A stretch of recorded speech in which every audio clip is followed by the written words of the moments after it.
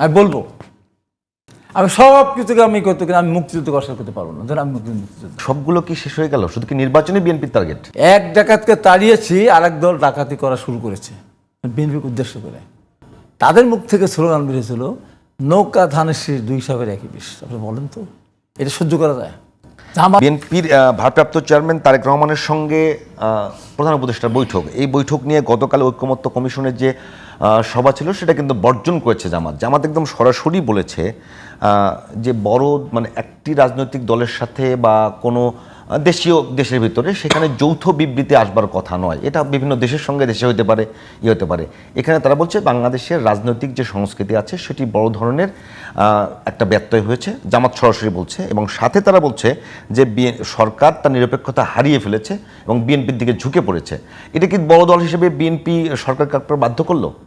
জামাত যে সুবিধা ভোগ করছে, এটা কোনো সাংবিধানিকভাবে ভোগ করছে, কোনো হিসাব নিকাশে কোনো রেশন অনুসারে ভোগ করছে? জামাত ব্যাপক ক্ষমতা ভোগ করছে প্রত্যেকটা সেক্টরে। সেটা কীরকম? এটা ব্যাখ্যা করতে তো অনেক, কোন সেক্টরে জামাত নাই?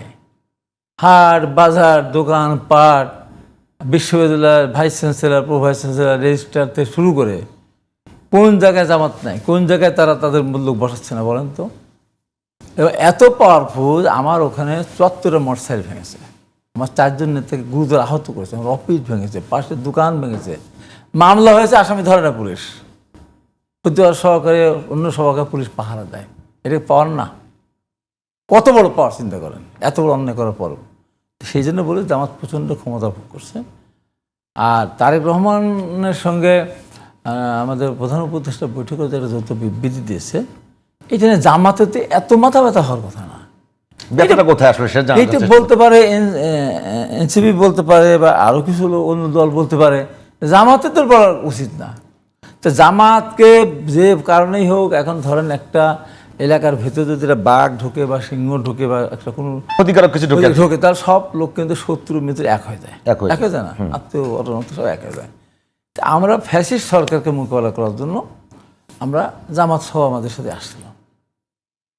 আসছিল তারা। এর বাইরে যদি বলি, মানে মায়ের কোলে সন্তান থাকলে বাইরে থেকে আঘাত করে লাগতে পারে, মায়ের পেটের ভিতরে যখন সন্তান থাকে তখন সেই সন্তানকে মারতে হলে মায়ের পেট সিদ্ধকে তারা মারতে হয়। জামাতকে যেভাবেই হোক, এই জন্য বিএনপিকে অনেক দুঃসব সহ্য করতে হয়েছে, পেটের মধ্যে রেখেছিল। সেই জামাত বিএনপি তারেক রহমানের সাথে বসেছে, গায়ে চালানো আসে নাই।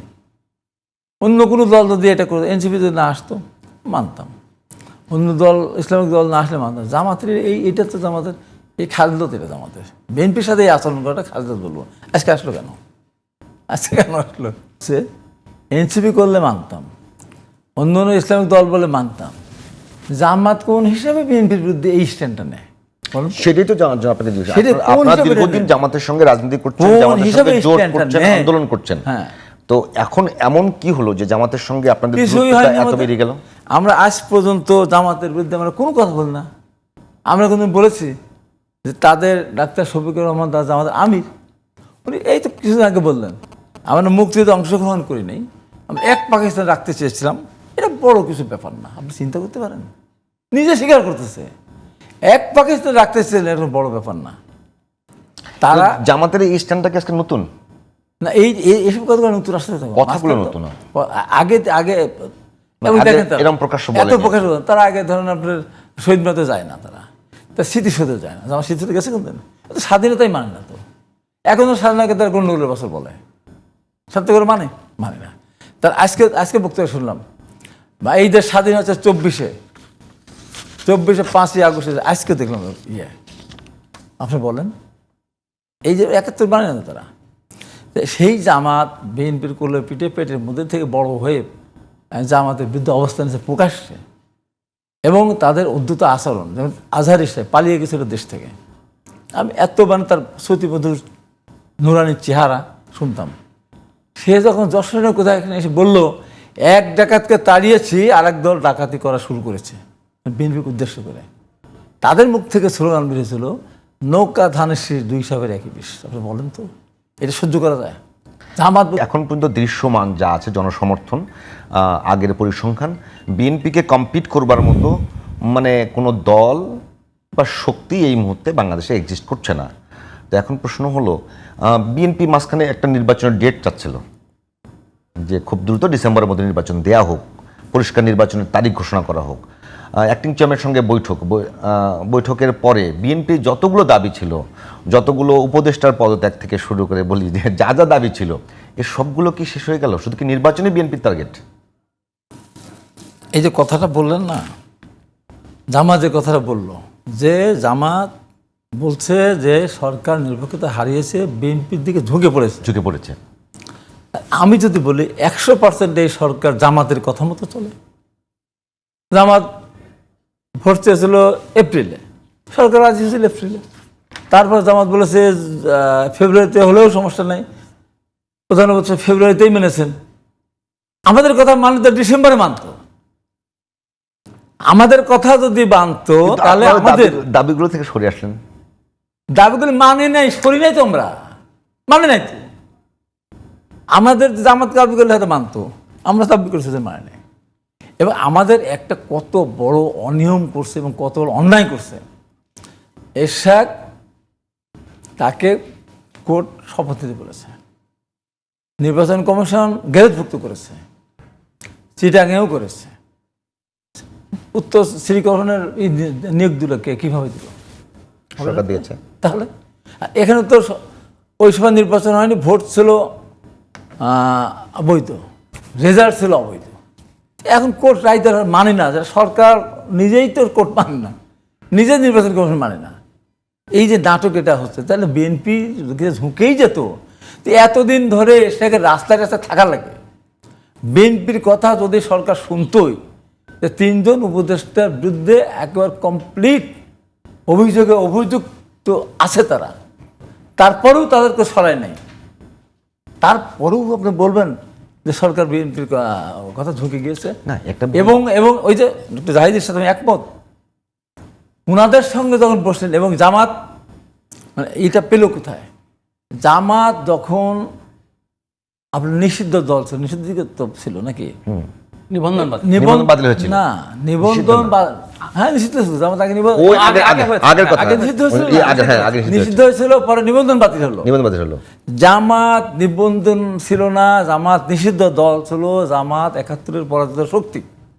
আমি বলবো, আমি সব কিছুকে আমি করতে, কিন্তু আমি মুক্তিযুদ্ধ কষ্ট করতে পারবো না। ধরুন আমি মুক্তিযোদ্ধা, সার্টিফিকেট নেই, আমি নেগেছি, ট্রেনিং করছি, দেখছিলাম।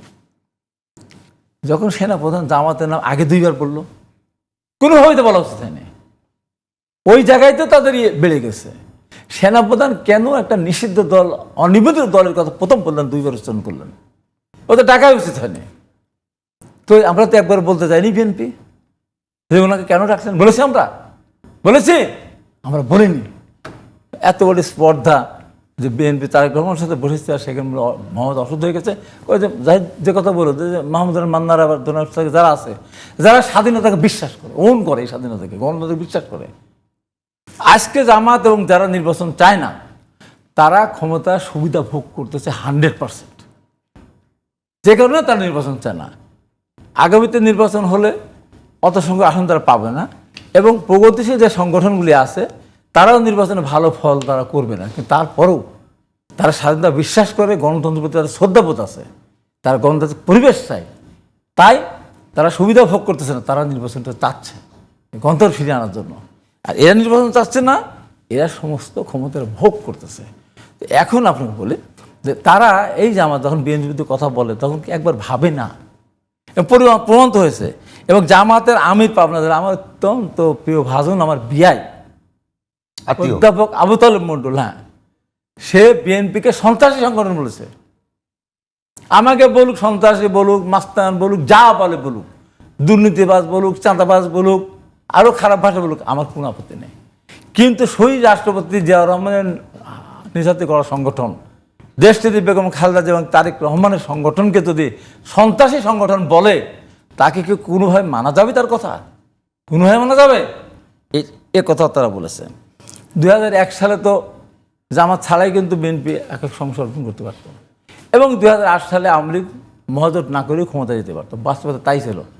জামাত দিয়েই যদি আমরা ক্ষমতায় যেতে পারতাম, তাহলে 2008 সালে কেন আমরা 29টা পেলাম, ওনারা কেন 2টা পেল? জামাতকে নিয়ে বিএনপি যে ক্ষতিগ্রস্ত হয়েছে, যাই চিন্তাও করা যায় না।